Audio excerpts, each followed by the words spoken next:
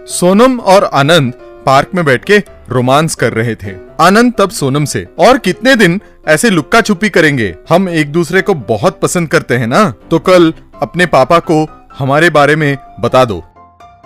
ठीक है, कल हम दोनों जाकर पापा से मिलेंगे। अगले दिन आनंद और सोनम उसके पिताजी के पास जाके उनके रिश्ते के बारे में बात करते हैं। अंकल, आपकी बेटी सोनम मुझे बहुत पसंद है, मैं उससे शादी करना चाहता हूँ।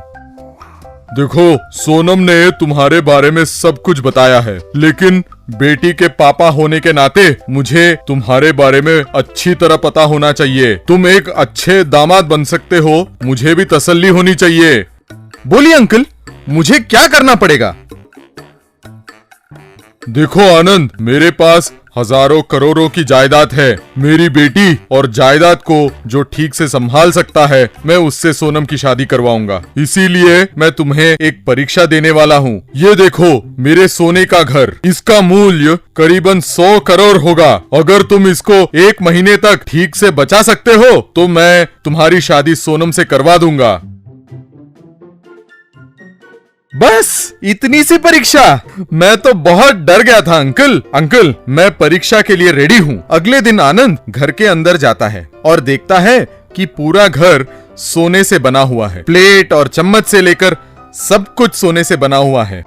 इस बात को जानकर उस गांव का एक चोरों का सरदार अपने साथियों से, साथियों, आज रात को हम उस सोने के घर पे डाका डालेंगे। ज्यादा कुछ चोरी करने की जरूरत नहीं है। उस घर से 2 ईंटें भी लेकर हम लोग आ जाएंगे तो हमारी लाइफ सेटल हो जाएगी। इसीलिए हमें छोटे छोटे कटिंग प्लेयर लेकर चलना है। चोरों का दल उस सोने के घर के पास आकर सोने के घर से छोटे छोटे टुकड़े इकट्ठे करके भाग निकलते हैं। अगले दिन सुबह आनंद देखता है कि घर से किसी ने छोटे छोटे टुकड़े चुरा लिए हैं। आनंद घबरा जाता है। हे भगवान, अगर थोड़ी सी भी लापरवाही की तो ये लोग तो पूरा घर लूट लेंगे। सोचकर उस रात को बिना सोए घर का पहरा देता है।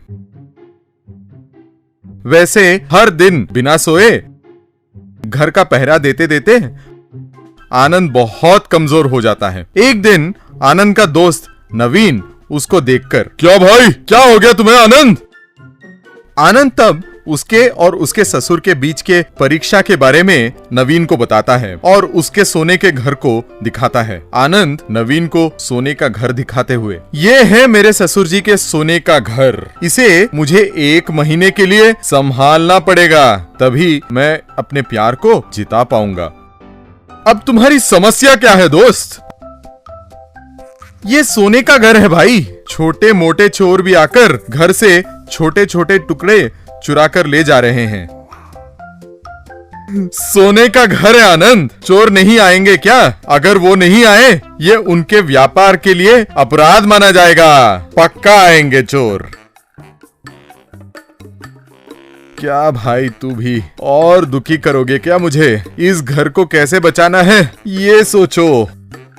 मेरे पास एक बहुत बढ़िया आइडिया है। इस सोने के घर को एक बाइक से जोड़ देंगे। तुम सुबह जहाँ भी जाओगे, बाइक पे इस घर को भी साथ ले जाओ। चोरों को तुम कहाँ हो पता ही नहीं चलेगा और घर का भी पता नहीं चलेगा।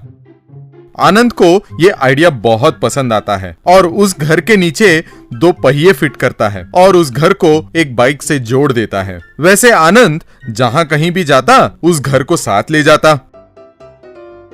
गांव वाले उस सोने के घर को देखकर चौंक जाते थे। ये बात सुनकर चोरों का सरदार अपने साथियों से, वो सोने का घर कहाँ है, ये पता करना ही पड़ेगा। वो बहुत मुश्किल है भाई, उतनी आसानी से नहीं मिलेगा, क्योंकि उस सोने के घर को एक बाइक से जोड़कर इधर उधर ले जा रहा है वो बंदा। वैसे 30 दिन बाद उस सोने के घर को आनंद अपने ससुर जी को वापस कर देता है। अनिल तब उस घर से छोटे छोटे टुकड़े खोए हुए देखकर पूरी कहानी सुनता है। देखो आनंद, असल में तुम इस परीक्षा में फेल हो गए हो, क्योंकि इस घर से छोटे छोटे टुकड़े किसी ने चोरी कर लिए हैं। लेकिन तुमने इस घर को 30 दिन संभाला है और मैं इस कोशिश से बहुत खुश हूँ। इसीलिए तुम ही सही रिश्ता हो मेरी बेटी के लिए, कहकर अपनी बेटी से उसकी शादी करवाता है। बुलेट। एक दिन घर के बाहर रखी अपनी गाड़ी को कपड़े से साफ करते हुए गंगा गंगा गंगा चिढ़कर, ये लो पानी। क्यों ऐसी चिढ़ रही हो? क्यों चिढ़ रही हूँ? मेरे पिताजी ने आपको ये बुलेट अपनी शादी के दहेज में दिया था। इसे आज तक कभी बाहर चलाए हो? रोज सिर्फ पानी से साफ करते रहते हो, क्या फायदा? अरे हाँ, अब मुझे गाड़ी चलानी नहीं आती तो क्या करूँ बताओ? इस जन्म में आप नहीं बदलेंगे। धोइए धोइए, अच्छे से गाड़ी को साफ भी करते रहिए। कुछ समय बाद श्यामलाल दुकान जाने के लिए अपने घर के बाहर ठहरकर लिफ्ट प्लीज कह रहा था।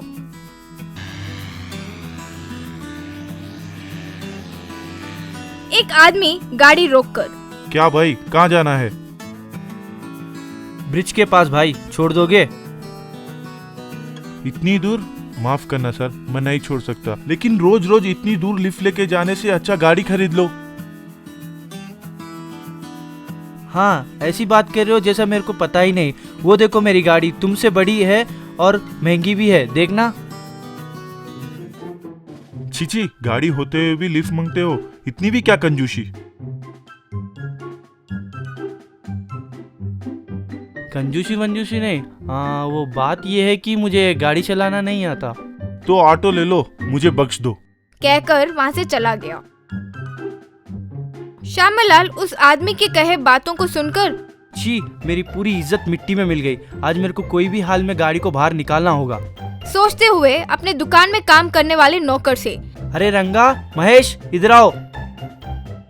वो कहिए सर। आज मुझे कैसे भी गाड़ी निकालना है। रंगा महेश दोनों एक दूसरे का चेहरा देखने लगे। क्या कह रहे हो सर? आज आप गाड़ी इस्तेमाल करने वाले हो? बाप रे, आज पता नहीं क्या हो जाएगा। ठीक है, पहले गाड़ी पकड़ो, मैं चढ़ रहा हूँ। कहकर गाड़ी पर चढ़ा। रंगा महेश दोनों तरफ से बाइक को पकड़े। चालू करो सर, हाँ ध्यान से, हाँ ऐसे ही सर, ध्यान से, कह रहा था। क्या बात है सर, आप बस गाड़ी चलाइए, बस स्टार्ट कर दीजिए, मैं हूं ना, मैं सब देख लूंगा, आप बस शुरू कर दो। अरे चुप करो दोनों, तुम और तुम्हारा एंकरेजमेंट। मैं कोई गाड़ी वाड़ी चलाने वाला नहीं हूँ। अब से तुम दोनों घर से ऑफिस गाड़ी चलाते आओगे, मैं बस गाड़ी पर बैठूंगा। ये बात सुनकर रंगा महेश हैरान रह गए। फिर श्यामा रंगा महेश की मदद से पूरे गांव में गाड़ी धक्का मरवाते हुए चलाकर ले गया। सिनेमा जाने के लिए श्यामा अपनी पत्नी गंगा को पीछे बिठाकर, महेश, रंगा, मारो, अच्छे से धक्का मारो, हाँ ऐसे ही कहकर गाड़ी को धक्का मरवाता। एक बार श्यामलाल रोड पर लिफ्ट सर पूछ रहा था।